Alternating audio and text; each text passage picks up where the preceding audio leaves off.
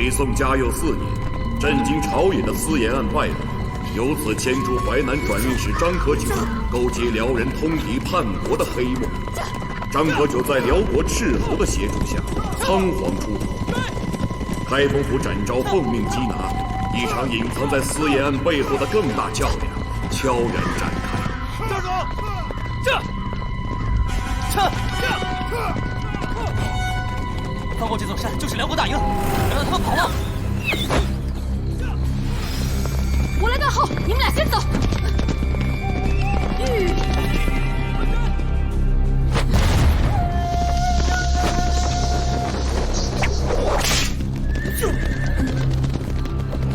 大家小心！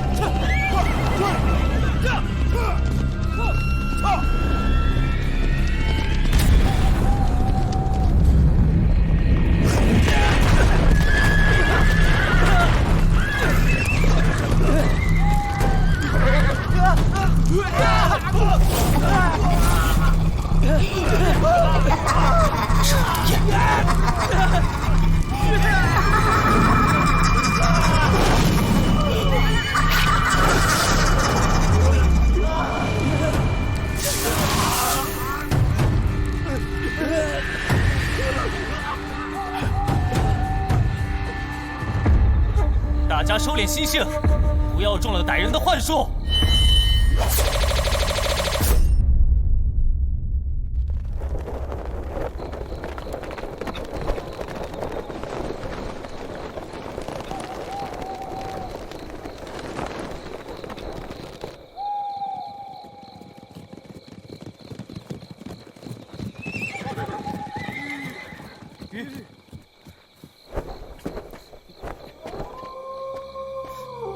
马蹄的痕迹就到这儿了，想必是躲进了这个山洞。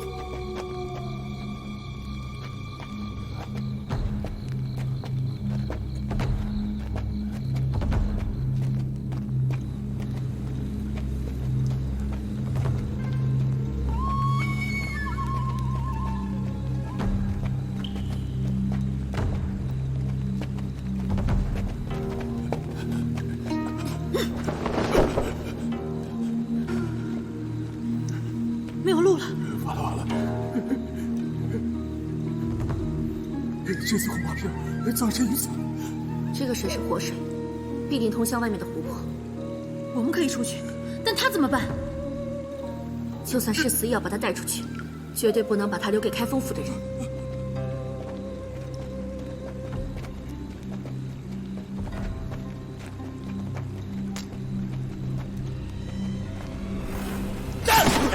这边！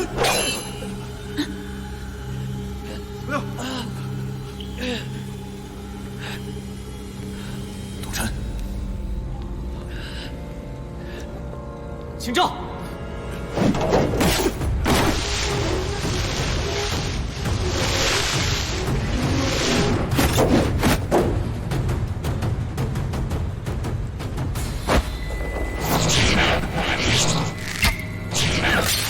小心！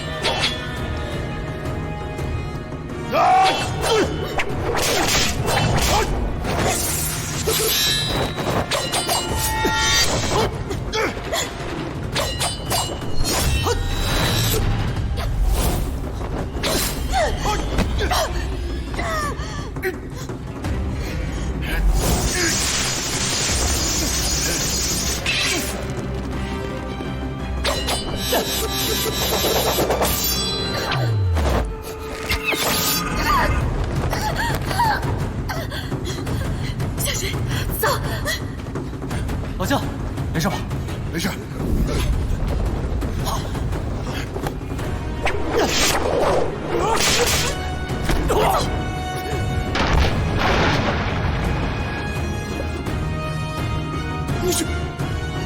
开封府，展昭。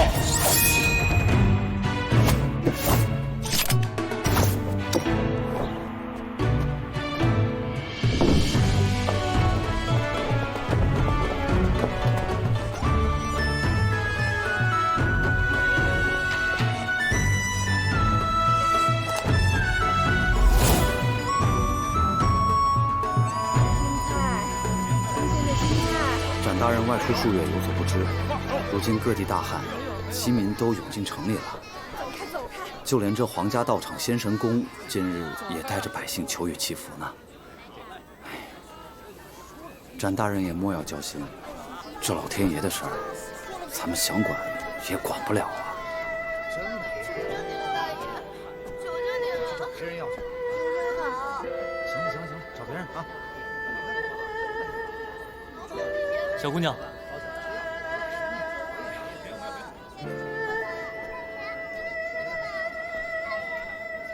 今年多大？我今年7岁。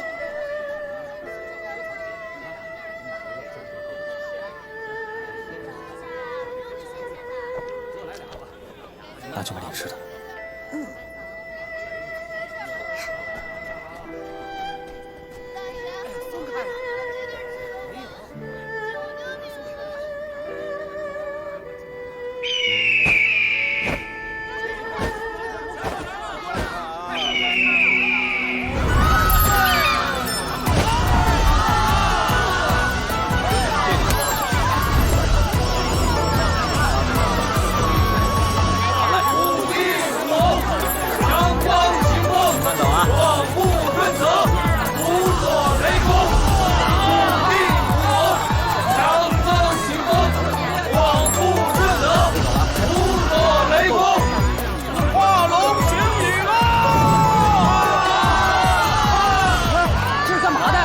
去仙神宫祈雨。仙神宫是的，那这下肯定能对啊。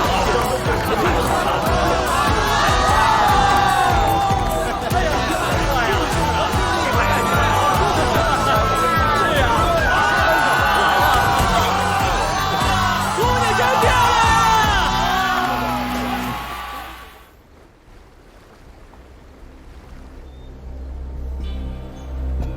信众祈雨的队伍到了。请法师开坛。通知所有人，把他们盯紧了。仪式结束后，速速让他们离开仙神宫，不得擅闯滞留。是。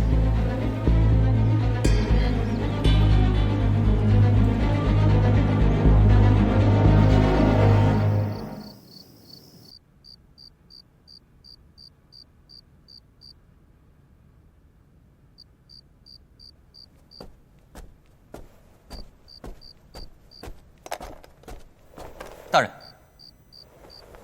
詹护卫，本府正要找你。你连日来侦办张可久一案，车马劳顿，本该好好歇息几日，但事出紧急，只得深夜召你前来。大人，督察办案，缉拿凶犯，本就是在下的职责，还请大人直言吩咐。今夜召你前来，其因有二：一则7日后便是陛下带领文武百官在金明池祈雨祭祀大典的日子。你外出办案这10几日，本府接连接到百姓投告金明池水妖作祟伤人一事，此案非同小可，容不得半点闪失。你务必要在大典之前将水妖案调查清楚。今日我也听到同僚提及此事，大人请放心，7日之内我定将水妖案查个水落石出。这其二，今日叶隐卫寄来飞书，在抄查张可久藏匿的私盐仓库时，数百担私盐下落不明，此事蹊跷啊！若不尽快查出来龙去脉，恐怕很难向皇上交代呀。包大人，包大人，展大人，张可久在牢中被杀了。大人莫慌，属下这就前去查看。走，大人。何时发现？一路向前。凶手可曾抓到？不曾。凶徒身形极快，已越墙逃遁。负责看管人犯的是谁？由府司西域单独看管，发现时已死于牢内。展大人。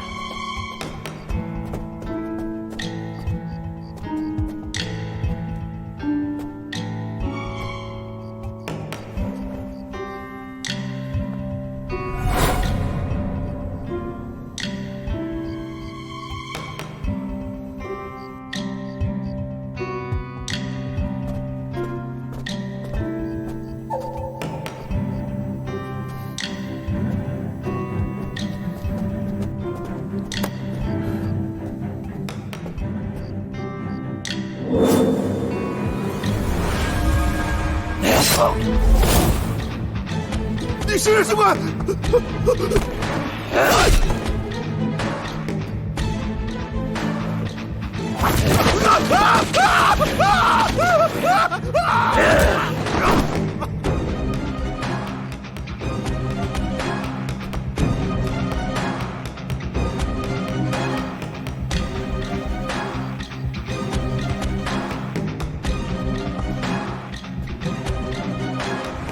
我怎么事了？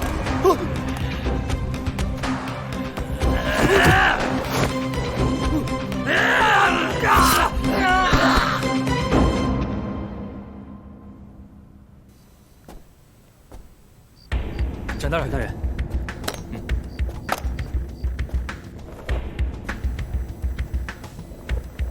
可曾看清凶徒的模样？没看清，这凶徒身形极快，蓬头盖面，就像什么？一只绿毛妖怪。妖怪？装神弄鬼。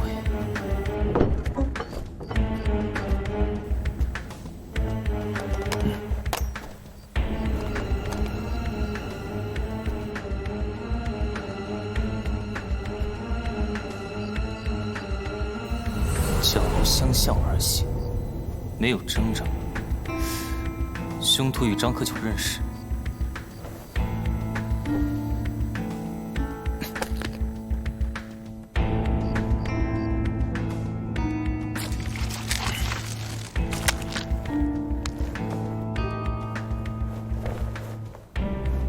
大人，胸骨断裂，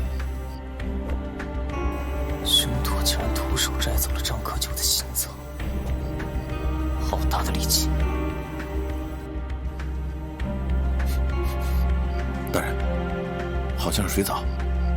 水藻。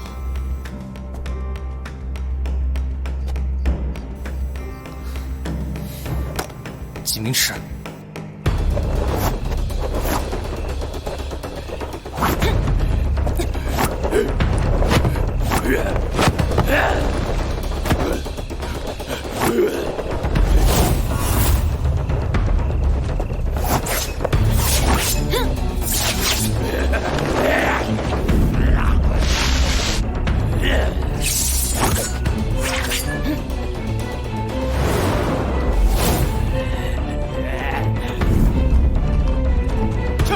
这水妖好大的胆子，竟敢来开封府作案！快！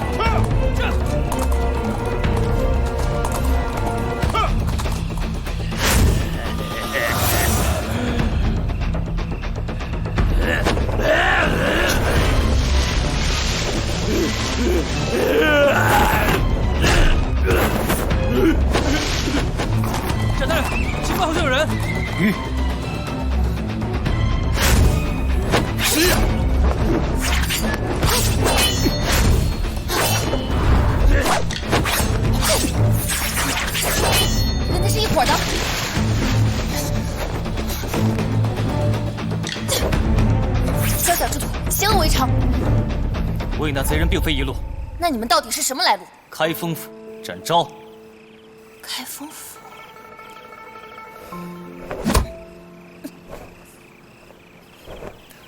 我是捕快，不是刺客屠夫。将凶手生擒缉拿是我的职责。可惜还不是让他跑了，白忙一场。也不尽然是白忙一场，至少证明这水妖是人所办，并非什么妖怪。敢问姑娘姓甚名谁？千岁红。官府办案，千岁红姑娘莫要插手此事，早些离去。若不是你来搅局，那凶手早就被我抓住了。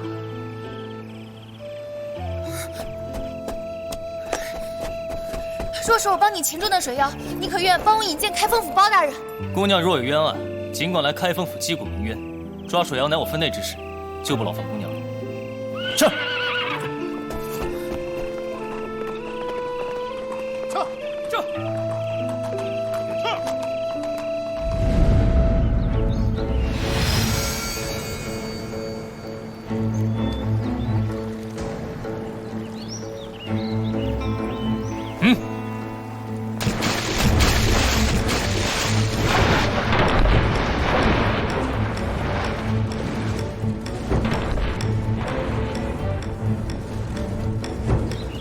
大人，这湖水浑浊不见底，这要是水妖上来的话，兄弟们可凶多吉少啊！哪来的什么水妖？不过是装神弄鬼的伎俩。今天，就算是把这金明池翻个底朝天，也要抓住那个歹人。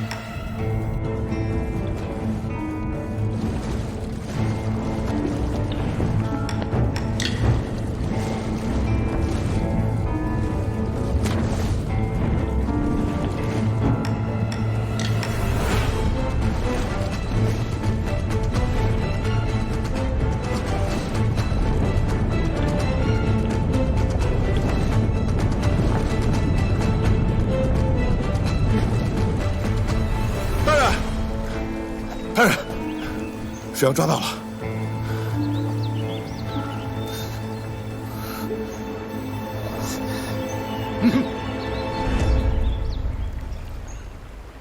带回开封府问话。是。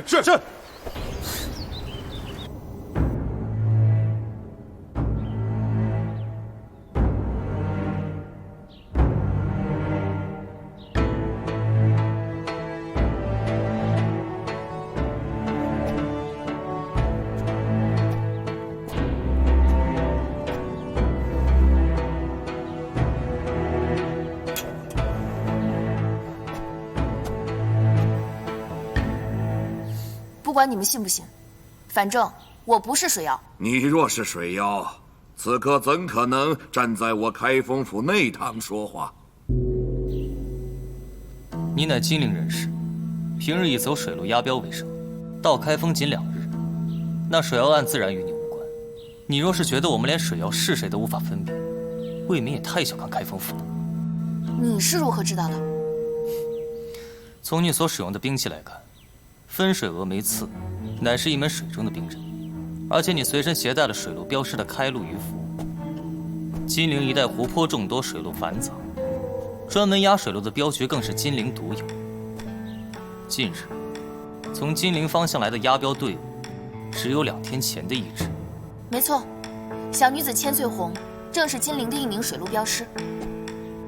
我此次来汴京是寻父而来，请包大人替我做主。愿闻其详。我父曲阔，本是4天台4天监，8年前被人陷害抄家入狱，亲人家眷接受牵连。我年少无亲无故，便改名换姓，流落金陵。哦，你说的可是曲阔炼金术一案？正是。忆当初本府出掌开封府时，曾经调阅过此案卷宗，经查证后，确属冤案一桩。但年深日久，且那曲阔已病死狱中，不在世上。不尽然，我此次来汴京就是寻父而来，并且我无意间看见我父亲的笔记，不然我真的不敢相信我还有家人活在这世上。你是说曲阔并没有死，还在人世？我父亲一定还活着。前些日子，快点啊！快点啊！压标的，验货起标压标了。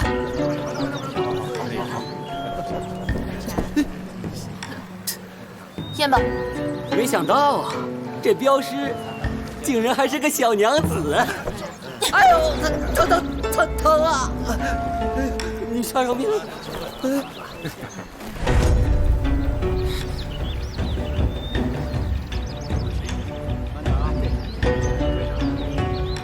这清单是何人所写？我也不知道，这货物是仙神宫的，自然是那仙神宫的人所写。单凭一张留有你父曲阔笔迹的清单，你如何笃定？依你而言，那曲阔与仙神宫有关。你可知，那仙神宫乃是皇家御用道场，它关乎到当今圣上，万万不可妄加猜测。不是妄加猜测，那清单上是我父亲炼金术配方所需要的材料。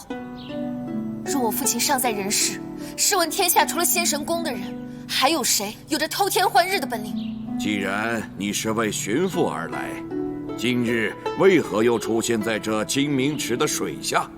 仙神宫戒备森严，平日里禁止入内，我不得已只好混入其余的队伍前往。虽时间紧迫，但以我多年走水路的经验，我发现这仙神宫与那金明池底水路相通。这么说就合理多了。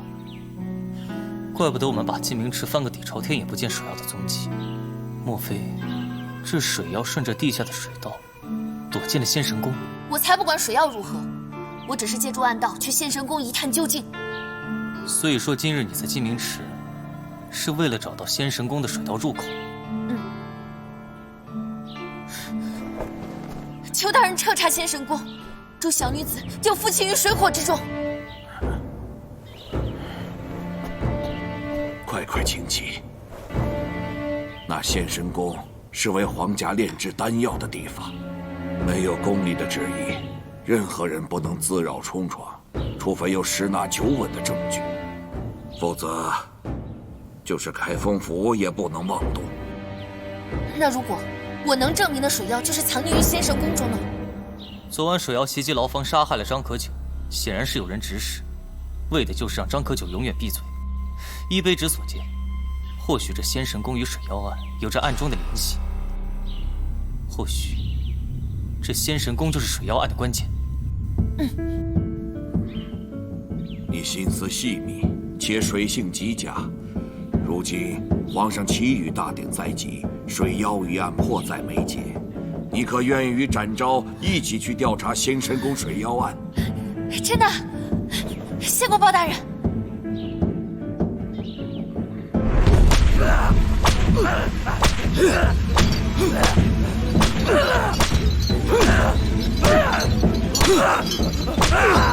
法师息怒，我要将他打死！许这个畜生近2日水下劳作太久，难以承受。您看，要不要让他歇2日？没有时间了，开封府的人已经有所察觉，他灌药，一刻都不能停。12个时辰，12个时辰之内还不能完成湖底之事，就杀了这个畜生。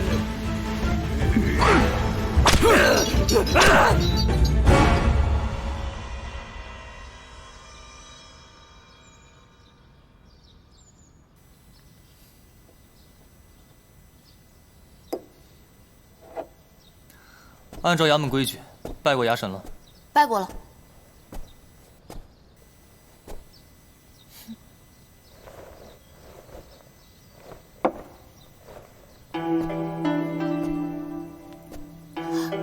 你看什么看？没见过这么威风八面的捕快。没见过。没见过千机囊挂错的捕快。千机囊是在左边，不然上下马的时候会被牵绊住，关键时刻会误了性命。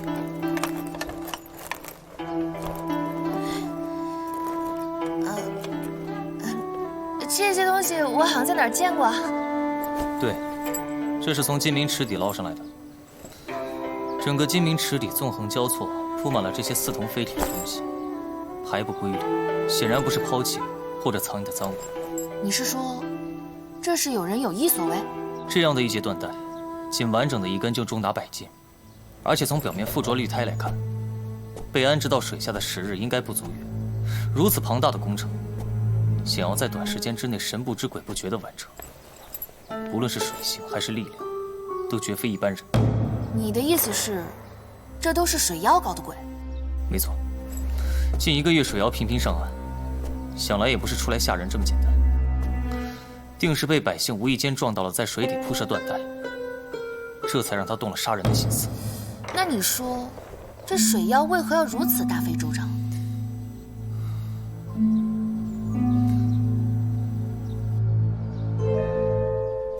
你别这么看着我，我也没有想明白。我是当朝的捕快，这事儿你得去问前朝的狄仁杰。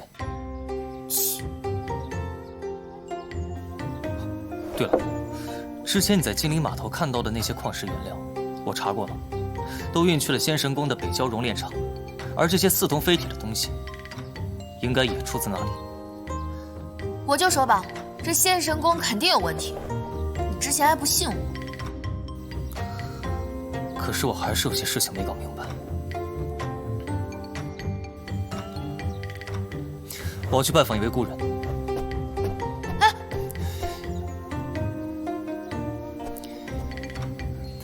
你去帮我买坛好酒。这和查案有什么关系啊？没关系，明天是老姜的生辰，衙门里当差清贫得很。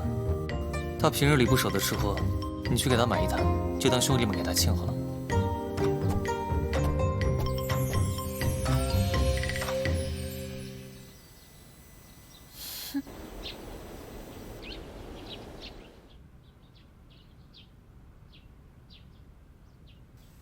空手来的？我这不是说你们开封府就出你最抠门，咱俩关系虽然不错，但是怎么着也得有个人情往来，不是？大人，我这次找大人是有正事，咱们又是有情厚薄，不计一回了。哎呀，说吧说吧。我是想向大人打听一个人，大人可认识曲阔？曲阔？当然认识。那是我多年前的同僚啊，此人绝顶聪明，精通炼金之术。只可惜啊，醉酒之后让歹人套走了炼金的方子，最后死在了狱中。要不然也算是个奇人呐。你问他干什么呀？大人可认识此物？哈哈，就是这个东西，这是倭签。倭签？曲阔的炼金之术没能炼出真金，却炼出这么个非铜非铁的玩意儿，纯是毫无用处的废料。那司天台可还有曲阔当年的卷宗和遗物？曲阔入狱之后，他所有的卷宗文献全都封在司天台。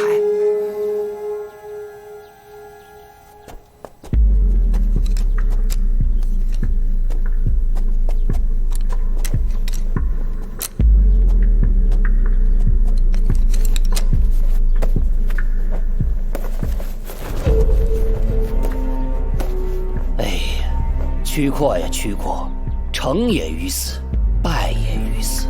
这是曲阔的笔记。正是。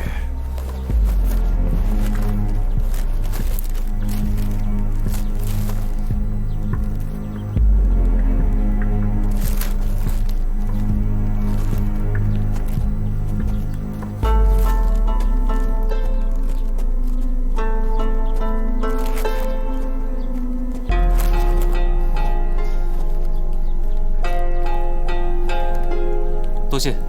站住！不登记在册，谁都甭想从我这儿拿走半页纸。哼！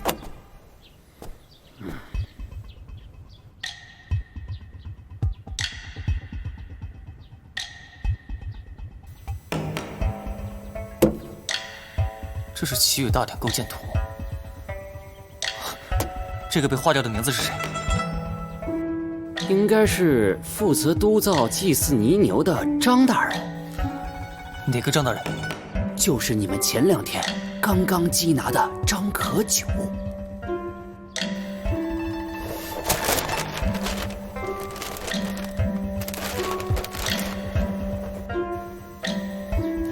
这个张可九好一招瞒天过海，怪不得这万丹四眼消失得无影无踪。大人，这些泥牛现在何处？应该已经治好了，运到边境了吧？我想这会儿已经到了礼制局工坊，等着验收封存呢。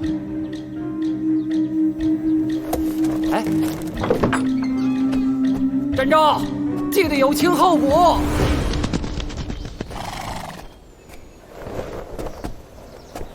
展大人，展大人，你可真是料事如神啊！我们正要找你呢。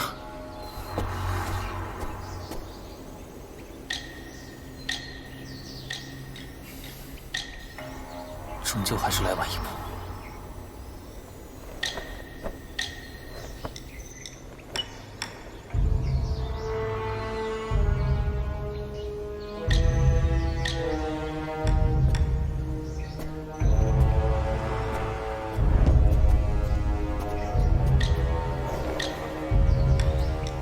这凶徒的手段真是极其残忍啊！毋庸置疑，定是那水妖所为。大人何以见得？你看这个脑袋！烦请大人带路，我们去里面看看。瞧。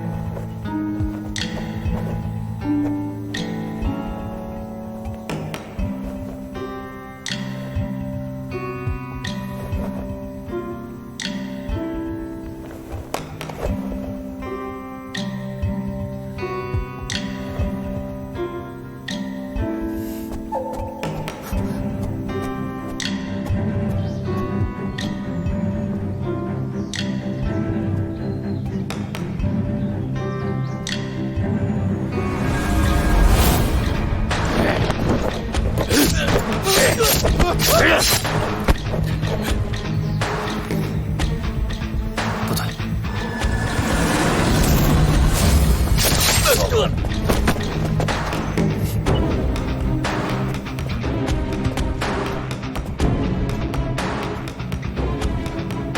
胸骨没有断裂，伤口不是贯胸而出，窗面狭着，切口平着，乃利器所为。屋外的几个工匠没有反抗，几乎在同一时间遭到了袭击。凭水妖一己之力，很难在一瞬间完成。凶手不止一个。虽然看起来跟开封府牢房凶案十分相似，但是我在现场并没有看到水藻的痕迹。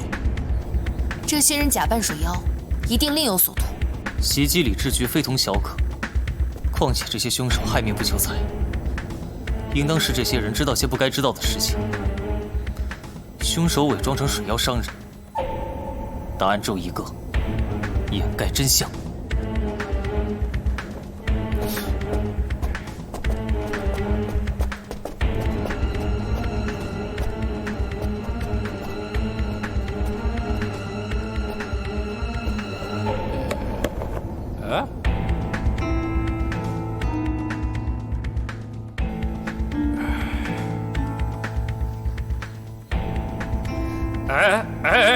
展大人，祭祀用品，祭祀用品。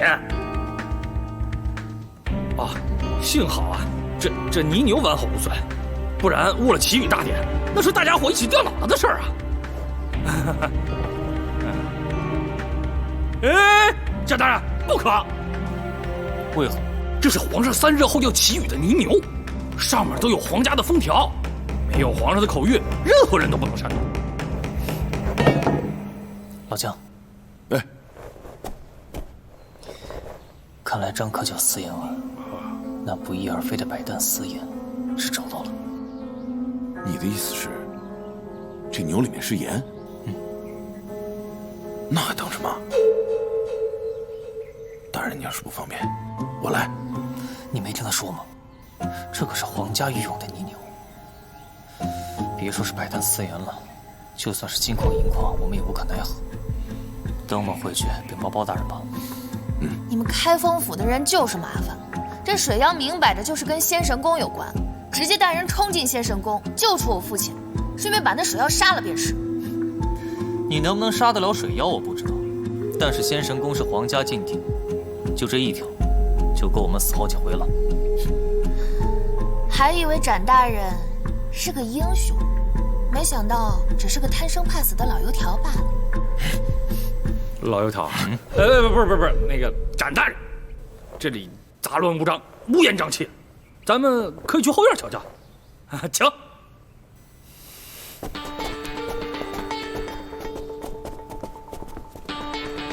哎，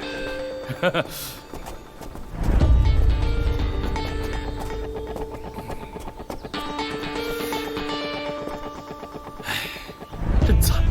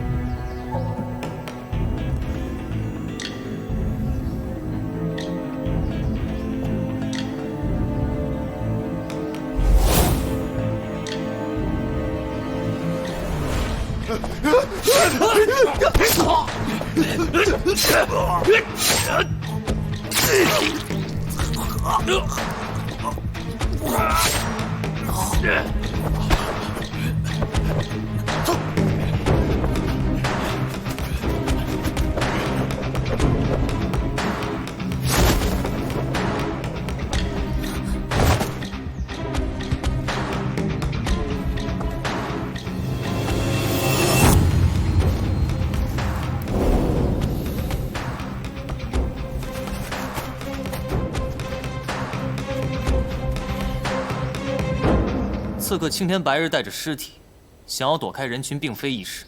凶徒的尸体应该会被丢弃或藏匿。老将，吩咐下去，向南15里，仔细排查。是。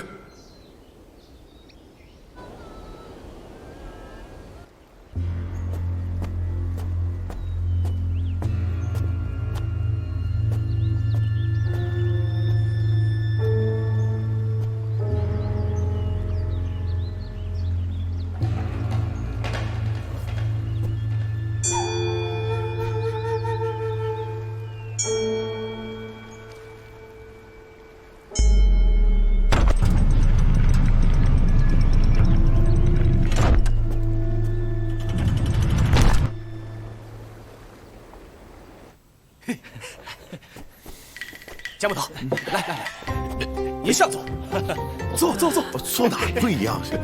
来坐吧，来，江捕头，让，清蒸今天你最大来啦！哎呦，您尝尝这酒，谢谢姑娘，应该的。这么丰盛，这些都是我做的，厉害吧？给你倒上，来坐，各位坐。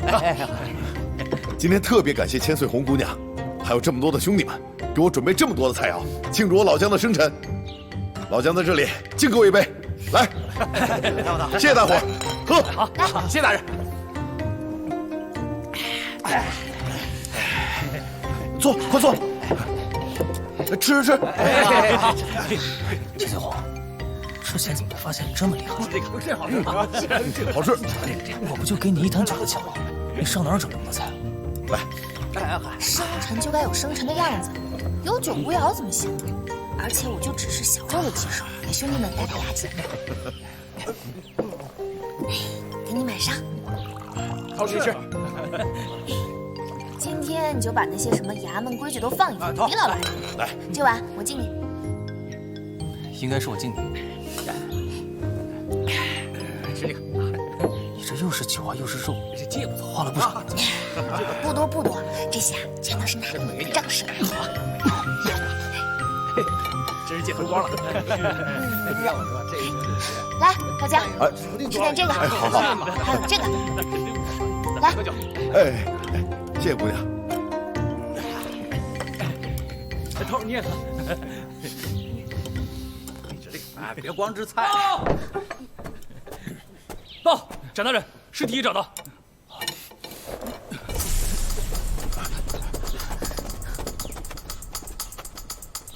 哎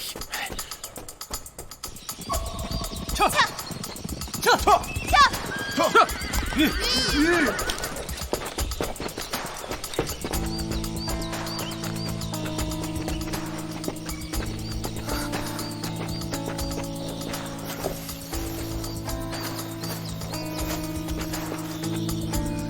第一炉扩灭。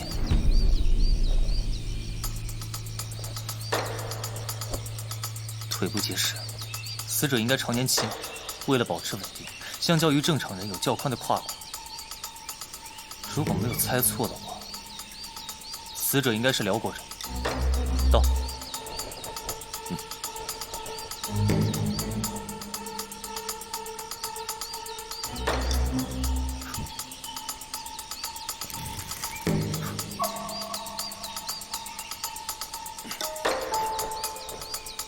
是硫磺。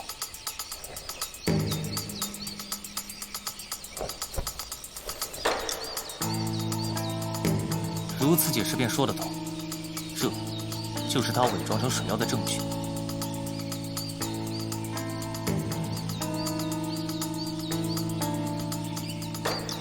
木炭。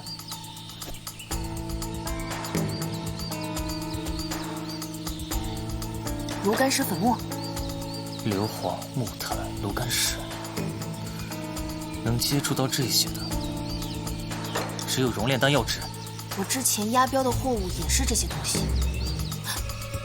熔炼窑。我想起来了，之前先生宫在汴京北郊5里以外有一个熔炼厂，他们定是从那里来的。事不宜迟，马上集合去熔炼厂。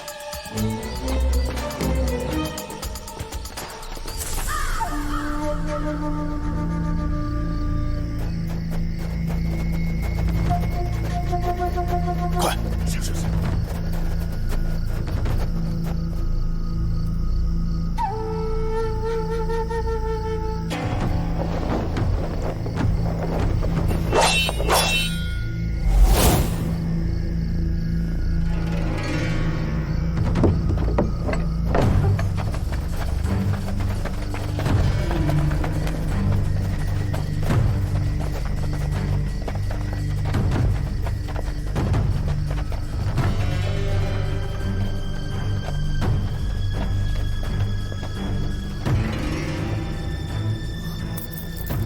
金明池底的缎带，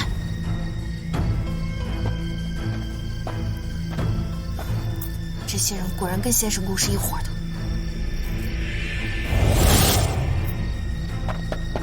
哎！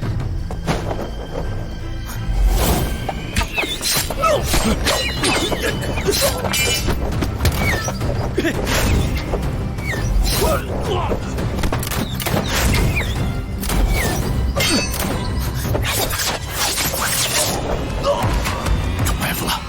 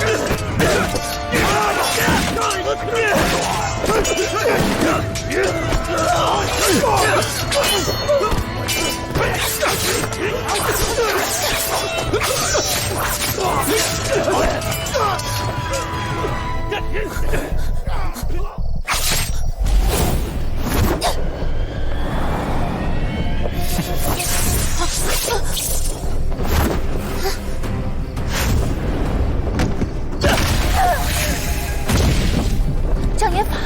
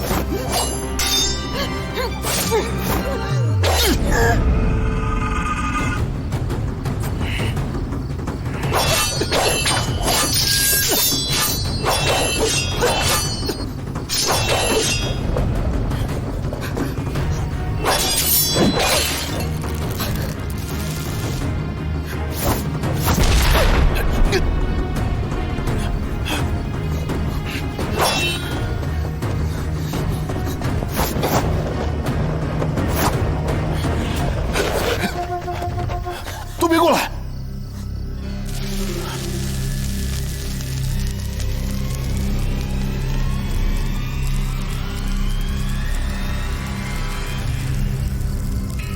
百里，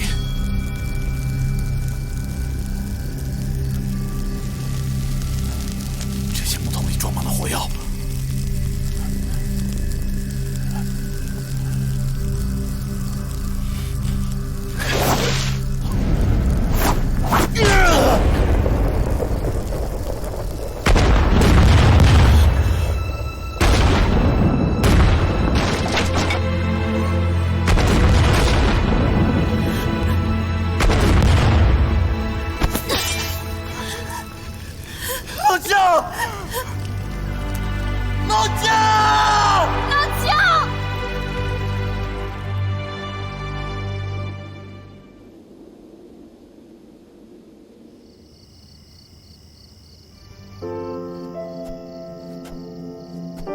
干捕快这行，少交朋友。何出此言？因为你不知道什么时候就是生离死别，到时候啊，也不会太难过。不是我小气，想起好酒好肉也馋，但小时候饿怕了，总觉得享福会折寿。我老姜是个粗人，心里装不下这些个济世天下的大道理，惩恶扬善4个字摆在心里就够了。当年我也喜欢过别人，但那是好久以前的事儿了，不行了。一个人挺好，那天啊俩腿一蹬，也不拖累别人，你说是不是？过几年啊，等我谢衣归田，我也大方一回，藏上一坛好酒，到时候啊，你和兄弟们经过家门，就可以进来寻我讨杯酒喝。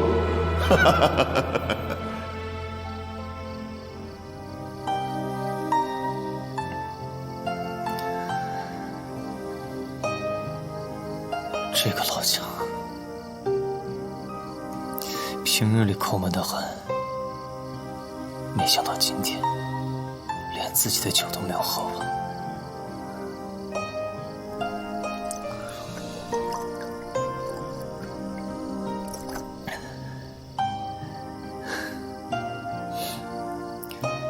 记得我刚追随包大人的时候，常常因为开封府遵循法理，让凶徒逍遥法外而愤愤不平。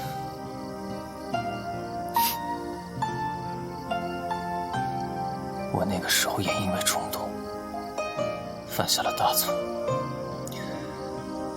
连累了众兄弟不说，还让包大人被贬下了端州。那个时候我跟老姜说，当捕快有什么好？还不如江湖上快意恩仇来的痛快。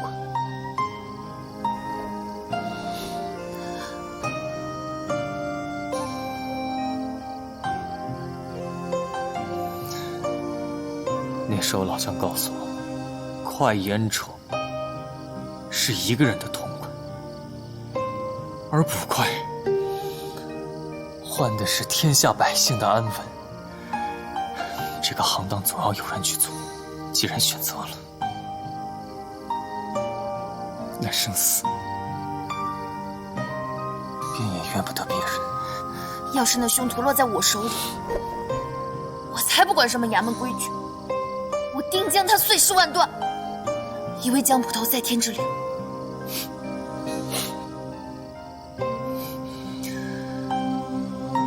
天快亮了，再长的黑夜也有熬过去的时候。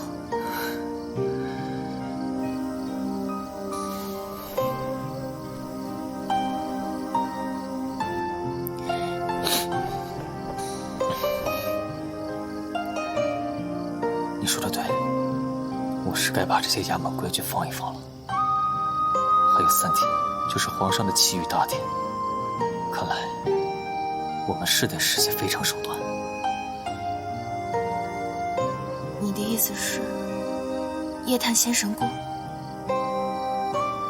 既然明着进不去，那么今晚我们就暗地里进去看看。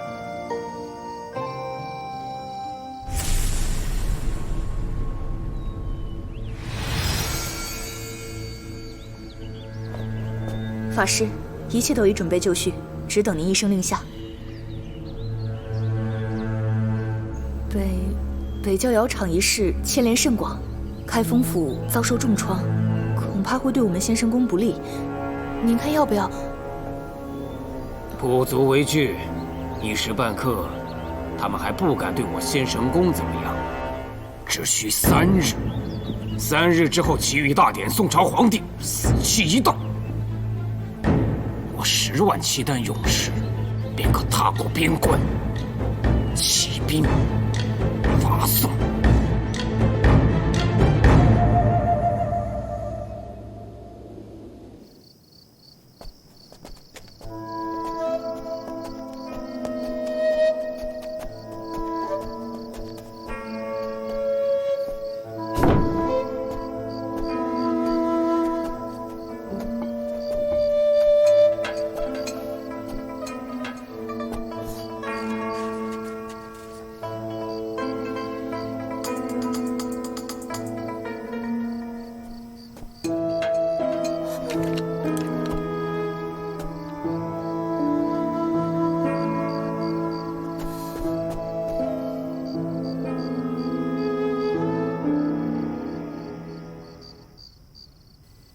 什么时候了？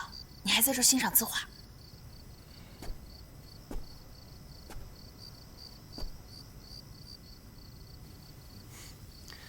二位深夜造访，为的该不会是来欣赏在下的字画吧？如果在下没有猜错的话，这位就是开封府的展护卫，展大人吧？这位不就是奇雨舞龙的姑娘？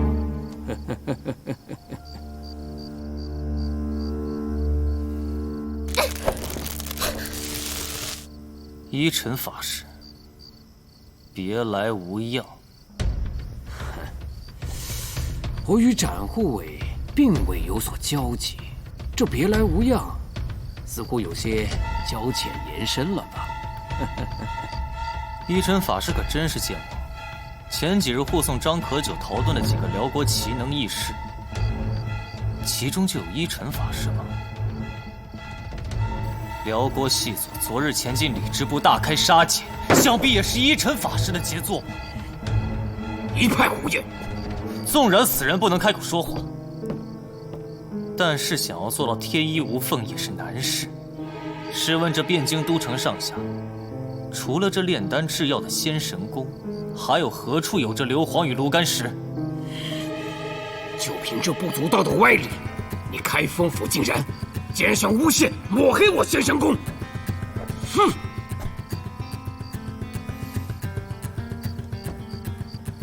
依尘法师虽然记得易如，但是您却忘了，这耳后的伤痕。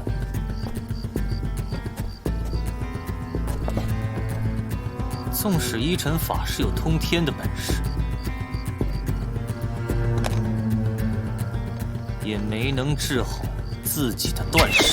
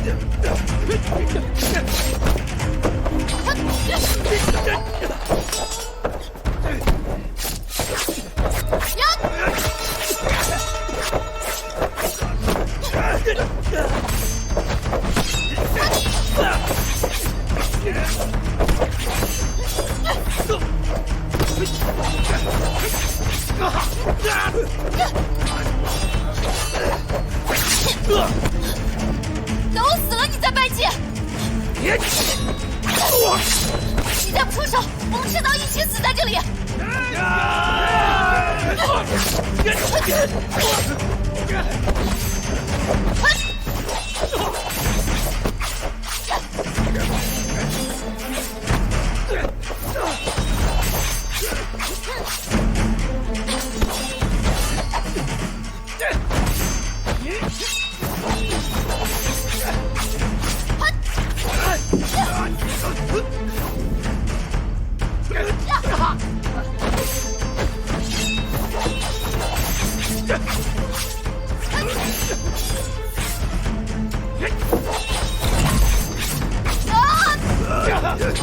这边，快！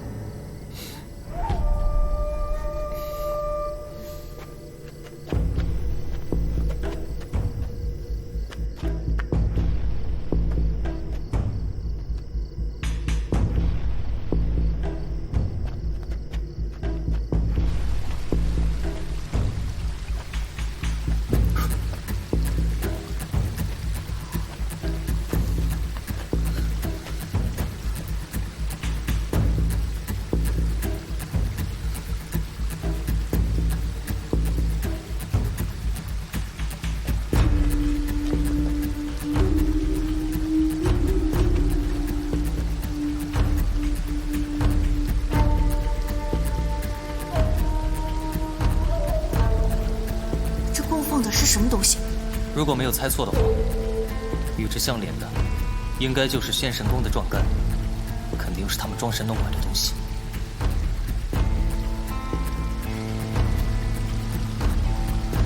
还记得精明池与仙神宫水道相通吗？我们现在应该是在水妖的巢穴。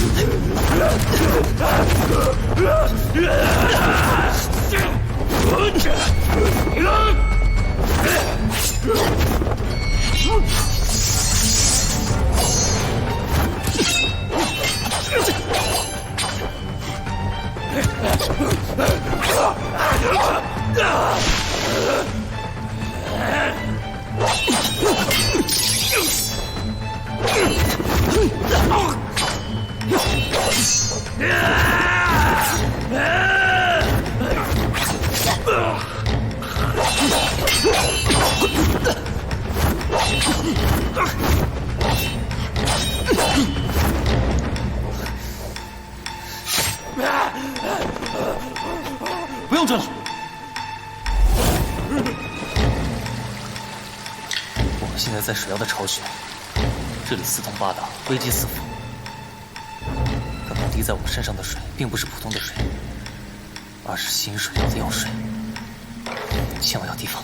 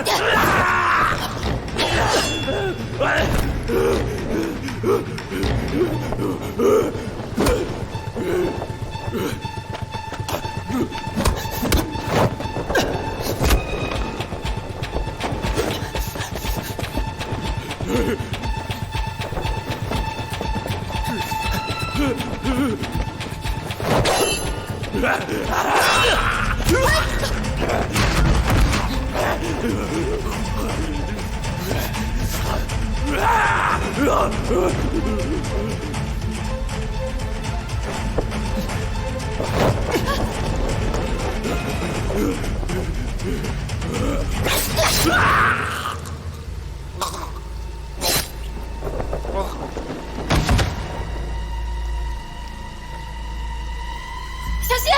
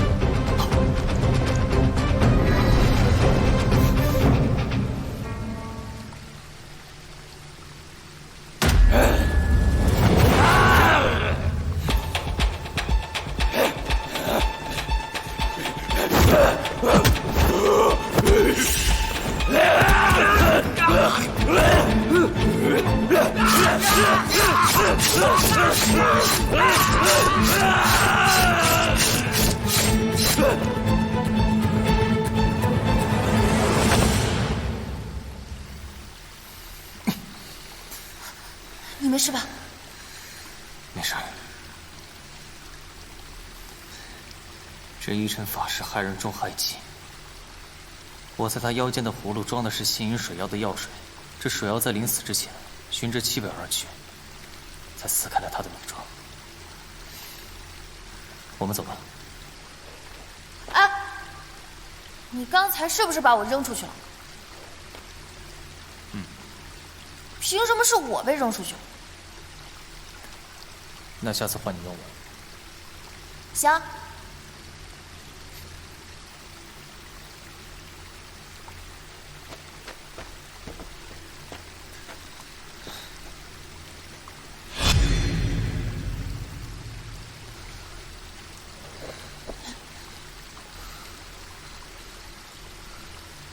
你在看什么？这个爪痕很奇怪，看样子像是常年刮磨而成。你还记得依晨书房字画上的花押吗？花押。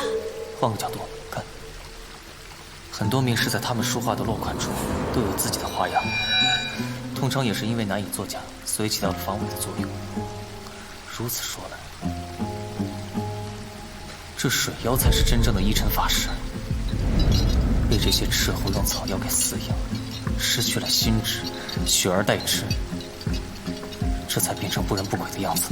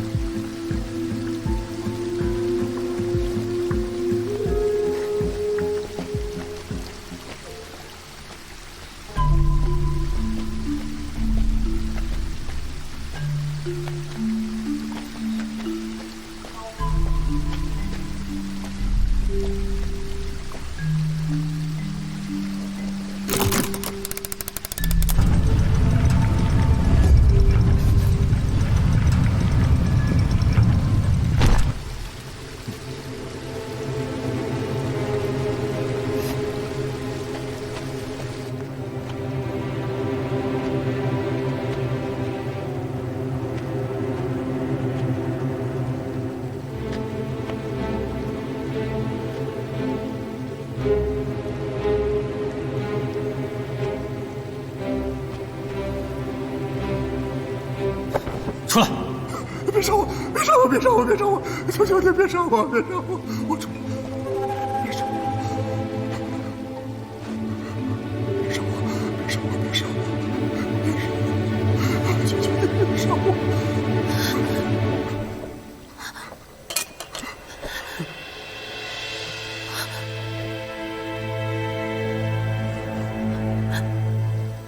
父亲。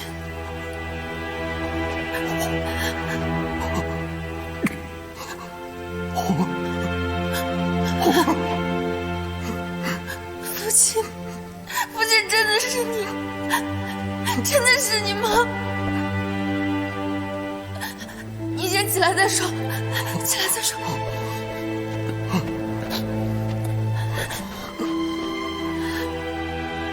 红儿，你真的没死啊？他们说我曲家上下全都死了。乳娘带我逃到了金陵，我这才活了下来。您的父亲，这些年您都是怎么过来的？自我被抄家下狱后，九死一生，后被人用死囚调包后，便一直被关在这里，帮那些撩人炼金。我以为你们都死了，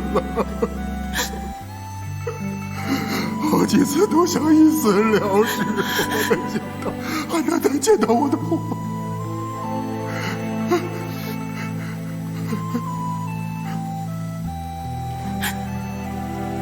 那些大人呢？啊，他们没把你怎么样吗？我没事，我没事。好，你们是怎么来的？这位是？在下开封府展庄，徐老先生莫怕，外面那些贼人都已经伏法，但是此地不宜久留，我们还是速速离去为妙。好。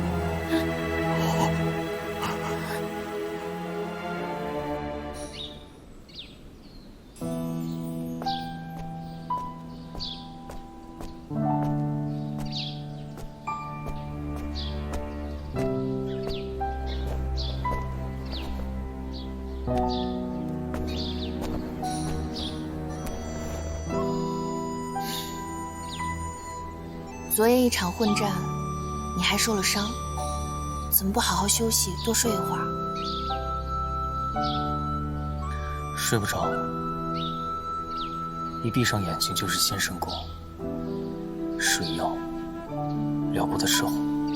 磨难虽多，但至少在七雨大典前，水妖案告破，你也能松口气了，不是吗？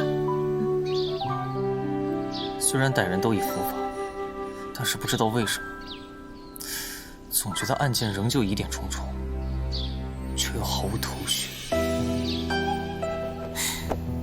别着急，慢慢来。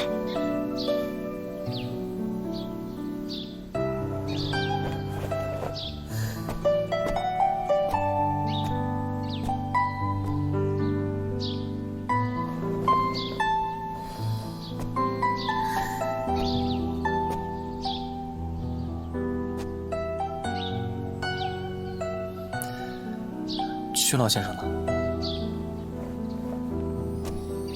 他这些年饱受折磨，身体一直不好。我刚给他喂完药就睡下了。年少的时候，觉得父亲大人呼风唤雨，无所不能。可如今再看，早已没有了当年的伟岸。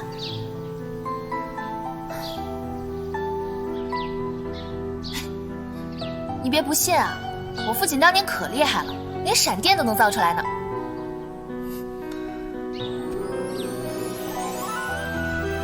不信，你说的我都信。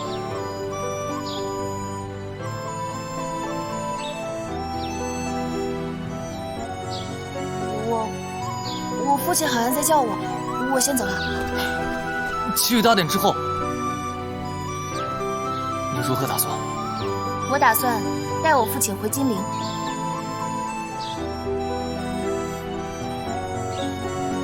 好。若你需要，待我从金陵回来，我就回开封府帮你。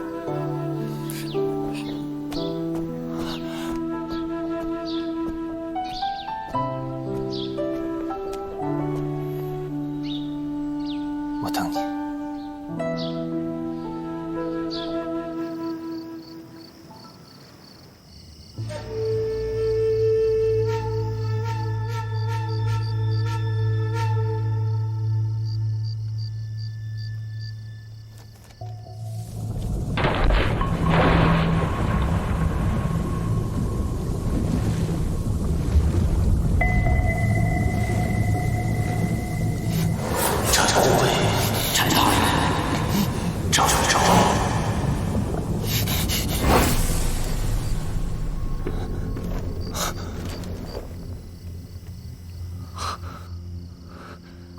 不对，一切绝非如此简单，我一定漏掉了什么。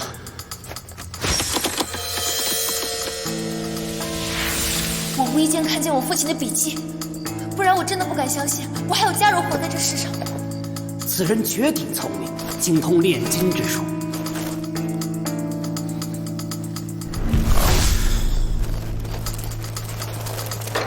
以言为基，以铜为阳，倭铅为阴，阴阳两极相激，主生变我。方法得当，凡人亦可操纵雷电之力。炼金术，阴阳相激，雷之巨击死泥鸟，壮干，地下水脉相通，这其中一定有所关联。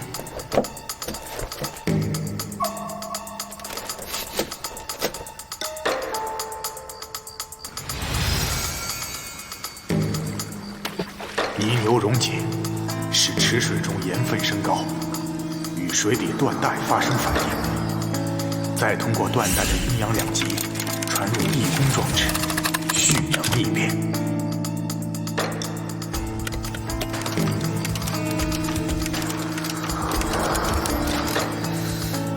我父亲当年可厉害了，连闪电都能造出来呢。皇帝地造天谴，天打雷劈。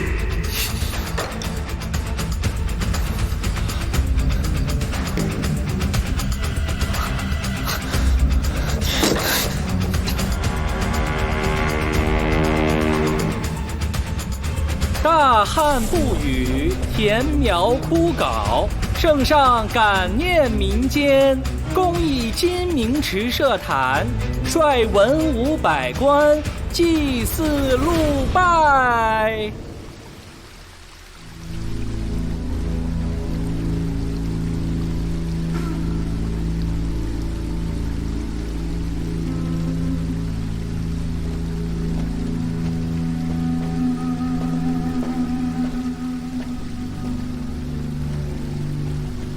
最终还是来了。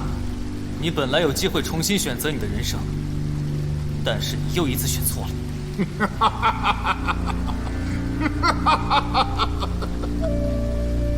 人生真是笑话。曲阔在8年前就已经死了。10年前，你通过炼金术无意发现了倭签的存在，这看似无用的发现，却改变了你的一生。你通过观察发现倭签与铜筋膜在盐水之中会发生反应，产生电火。从此，你便一心想要获得这种控制闪电的能力。炼金案事发之后，你为了保命买通守卫，将自己的电火装置图纸和密信送到了辽国斥候的手中。通过他们的帮助，你成功的在死囚牢中利用假死逃生。但是抄家灭门的仇恨让你不择手段。这几年你蛰伏在仙神宫苦心研究，终于制造出了这尊逆变装置。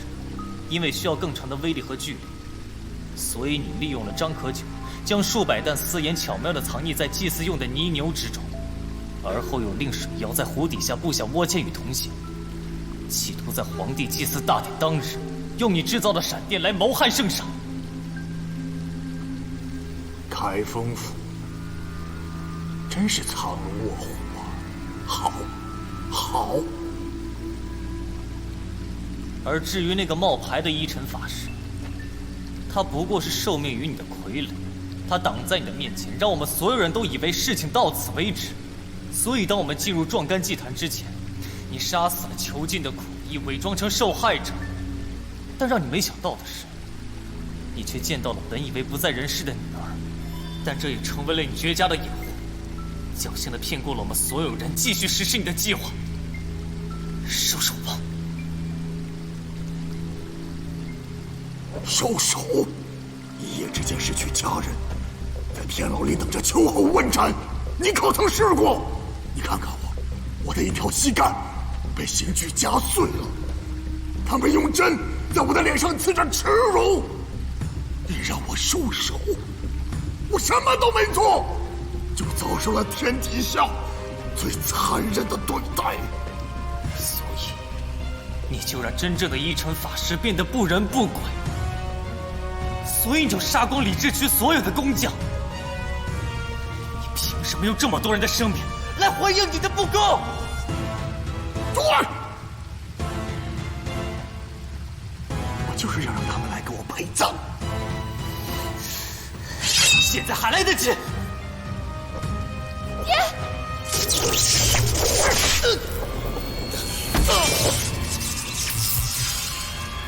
至告文以达神听，其神明庇佑，广布甘霖，待草木回青，山川增色，复为祭拜以谢之。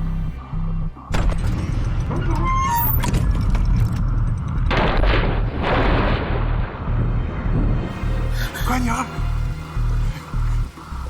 到街上来，马上就结束了。事成之后，我带你去辽国，他们答应爹给爹想要的金钱爵位，爹的就是你的呀。爹，我求你收手吧，我们回金陵好不好？啊！你的母亲，还有我们曲家上上下下30多口，受尽凌辱，死不瞑目。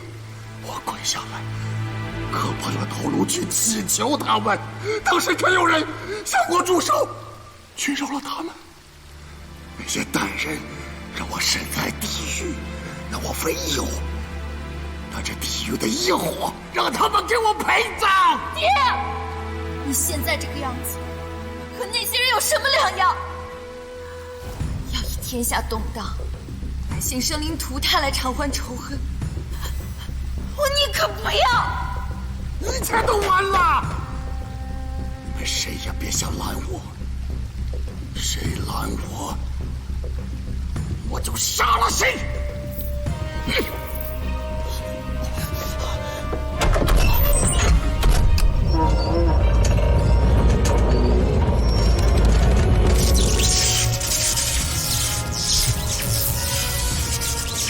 吉时已到。请圣上焚香祭天，为神明鉴，俯察于臣，调和风雨，以缓民急，使苍生有赖。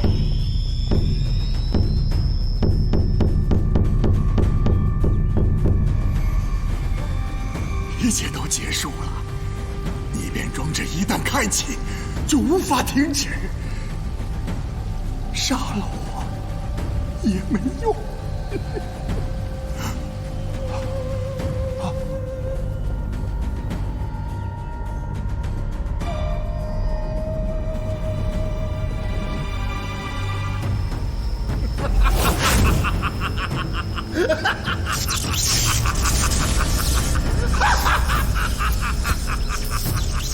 你要干什么？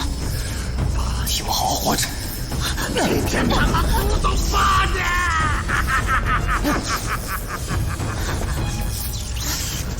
我要为你报仇了！报仇！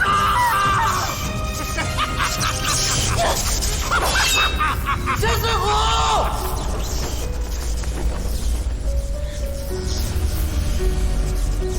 替我好好活着。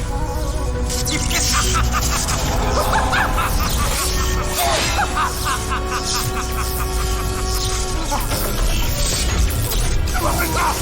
怎么回事？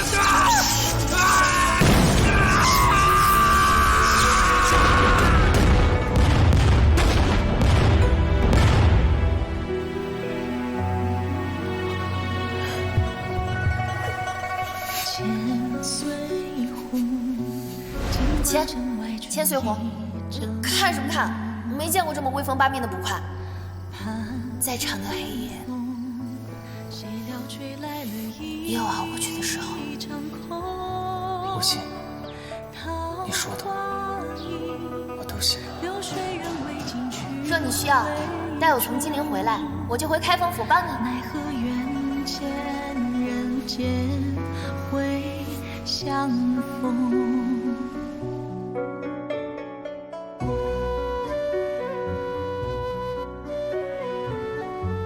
展昭上前听风。展护卫，展护卫，上前听风啊！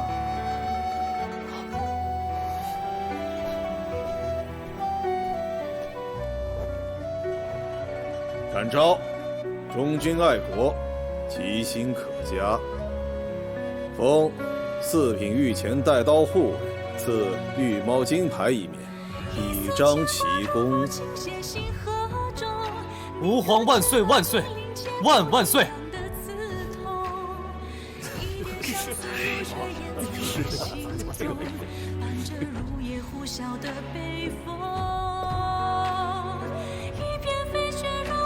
谢万岁！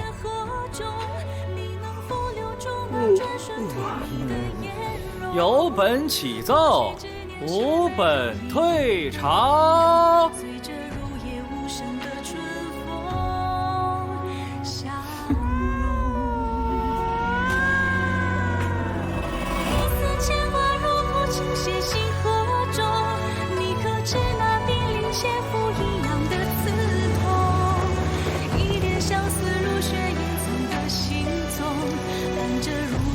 小的北风，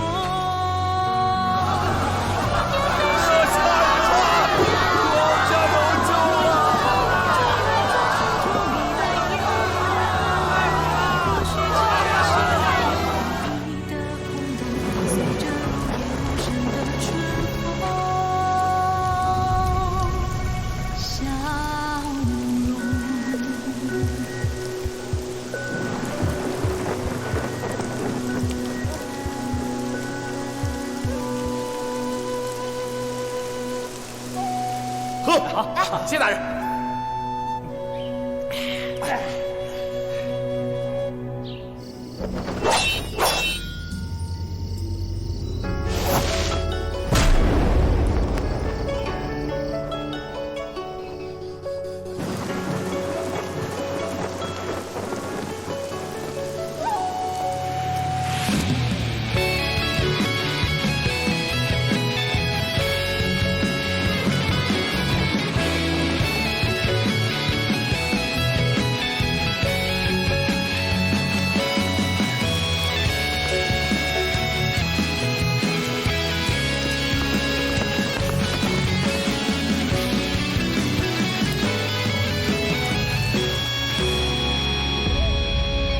我见如诗如歌，如雪如霜，浩然正气成。